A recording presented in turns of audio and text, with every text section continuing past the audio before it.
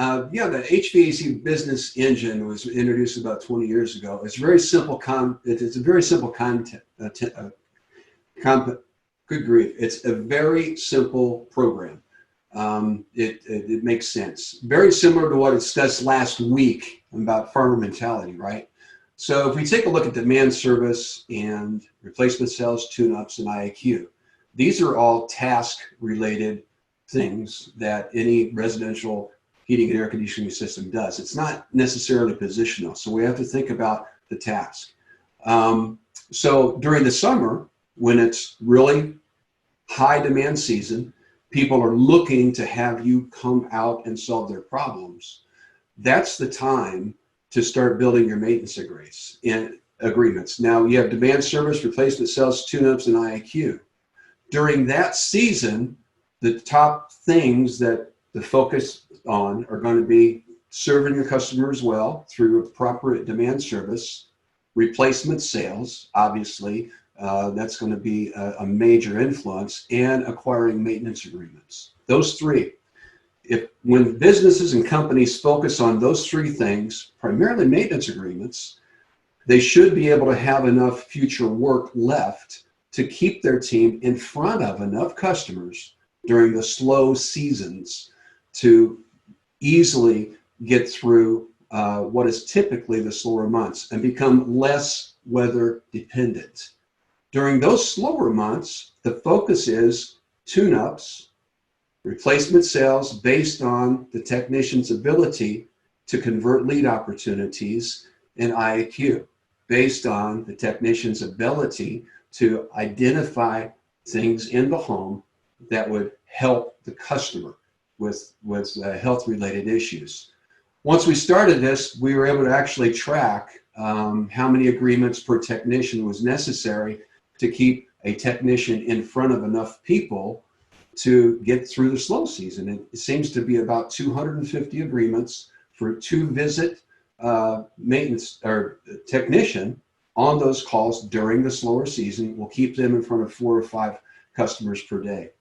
And when you run the numbers, as we'll get into later with this program, it's amazing because you can really replicate revenue results, get your company to the point where it's above break even steadily, and build a nice cash reserve for yourself to protect yourself from any unexpected situations such as a pandemic because you have a group of customers that know you, that love you, and would like to invite you back into their home. I want to kind of explain something a little bit in context. There's really 3 rings we're looking for, right? How do I make the phone ring? How do I make the doorbell ring? And how do I make the cash register ring? I'll help you make that cash register ring. That's my role to play in here. So let's talk about that for a moment. It may sound a little bit direct, but it is what it is. Asking questions and listening to your customer, super important. We have to understand that no matter whoever is in front of that customer has to make it about the customer and not about us. Especially today, we need to give our customer choices. We need to give them options. Now, when the technician goes to a home, first of all, the best time to sell a maintenance agreement is when the opportunity presents itself, okay? There's a process called the risk assessment, the homeowner risk assessment that works very well. It's super simple, and we can use it for all of the things, maintenance agreements, IAQ solutions, preemptive repairs, system upgrades. We're gonna focus on right now maintenance agreements. So then if you could go to the next slide, please. So this is fundamentally how this works, okay? The first 3 things we want to satisfy in the customer's mind is why they called. If it's demand service, let's assume it is, what do they want to know? They want to know, can you restore operation? How much will it cost? And when can you do it? So we want to satisfy that first and wait for a response, okay? Now, there's scripting for that, but I'm going to go hypothetical so you understand the process. Number 1, the customer is going to make a decision about that repair. Now, the next step is really important, is to explain the risk in that decision. Give you an example. Your system is 8 years old. The average life expectancy is anywhere from 12 to 15. It's still under warranty because it has an 11-year warranty. The probability of future repairs are fairly high mainly because of its age and condition. For that reason, look on the bottom, we're going to draw attention to an option. For that reason, I would highly recommend a maintenance agreement. The next time you're in a situation like this, when it's really warm, you'll go to the front of the line service as an agreement customer. Today, I can give you a 10% discount on that repair, and even better, we're going to schedule a visit to your home twice a year during our slow season to give it a complete evaluation to see if there's anything that needs to be taken care of. Would you like to go ahead with the repairs with or without that agreement? Now, you've given the customer choices. They're going to choose.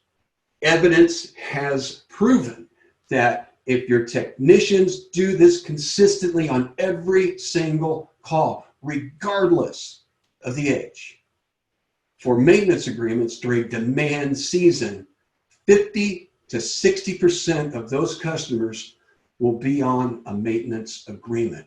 The reason this fails is because most of our technicians have a great technical knowledge, but their people skills might need a little bit of help, and their business skills absolutely need help. That's what I do. And if you have any questions, go ahead and advance to the next slide, please. If you have any questions about how to build a profitable maintenance program, how to tune those technicians up to really be on fire with critical performance measures, please text Coach. When you text Coach, please set up an appointment. If you don't set up an appointment, it doesn't come to me. So it's been a pleasure working with you today. Hope to hear from a lot of people.